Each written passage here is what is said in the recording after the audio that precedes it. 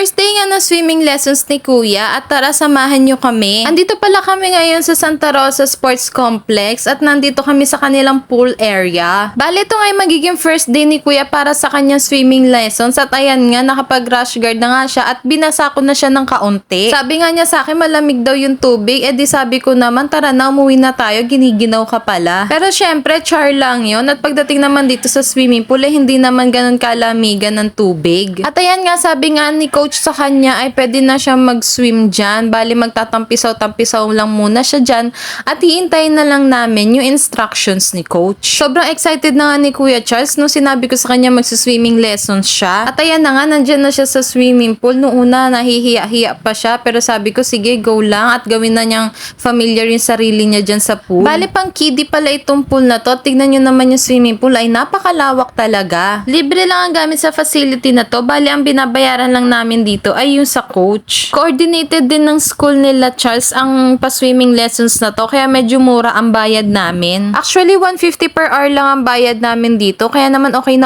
na. At ayan na nga nag-start na yung swimming lessons nila. Bali ito na nga yung turn ni Charles at gagawa daw sila dito ng bubbles. Bilang first time nga ni Charles dito ay hindi naman ako nag-e-expect na gagaling agad siya at makukuha niya agad lahat-lahat. Pero natutuwa naman ako dahil nakafocus siya at nakikinig talaga siya kay coach. Ginagawa din niya yung best niya para masunod yung mga instructions ni coach. Kaya naman very good si Kuya Charles dito. Habang pinapanood ko nga dito si Kuya Charles ay natutuwa talaga ako dahil nasusunod niya lahat ng instructions ni coach. Bali kasama pala namin dito yung classmates ni Charles. Itong si Jacob at saka si Janina. Silang lahat pala yung mga first timers kaya naman parang sila na din yung magkakabatch. Sa totoo lang mga mare, meron talagang dalawang skills ang gustong-gusto ko matutunan ng mga anak ko. Una na nga dyan ay itong swimming dahil vital skills din talaga tong swimming na to at pang survival.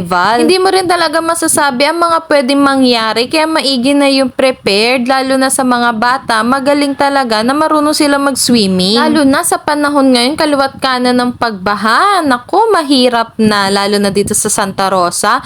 Palaging baha. Yung pangalawang skills naman na gusto ko matutunan ng mga anak ko ay yung taekwondo. Syempre maganda din yung pang self-defense at kilala ko naman to si Kuya Charles ay mabait na bata to at behave. Kaya mabuti na rin matuto ng self-defense dahil di natin masasabi kung kailan at meron mang bubuli sa kanila. Hindi lang naman yun para sa mga bully pero alam naman natin mga mare sa panahon ngayon marami talagang mga bata ang nakikidnap. Kaya maganda rin talaga na matuto ng self-defense sa mga anak natin. Kaso yun nga lang nag-start na kasi ang taekwondo class dito sa school ni na Charles kaya hindi ko na siya na-enroll doon. Okay na din muna tong swimming dahil bata pa naman si Charles at maganda makafocus muna siya sa isang skills. Baka din naman ma-pressure at maguluhan na ang anak ko kapag naman pinagsabay-sabay ko pa, diba? Kaya for the meantime, okay na muna tong swimming at nagsisimula pa lang naman siya sa kanyang mga lessons. Mahaba-haba pa ang lalakbayin ni Kuya Charles para matuto ng swimming kaya maganda mag-focus na lang muna siya dito sa swimming. Bali Saturday, Sunday lang pala ang swimming lessons ni Charles. Hindi na ako nag-enroll sa kanya para sa Monday to Friday. Alanganin kasi ang oras ng swimming lessons at yung pasok ni Kuya Charles sa school kaya minabuti ko na lang na tuwing weekends lang. At ayan nga, nakikita nyo naman yung mga bata talagang nag-e-enjoy sila. Swimming lessons po ito,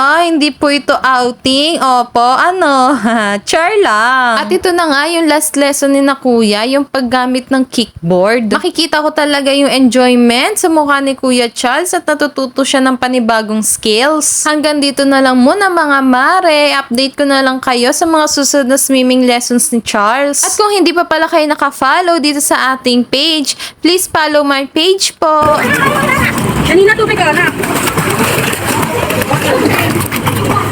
Hanggang dito na lang mga mare. See you sa next vlog. Bye!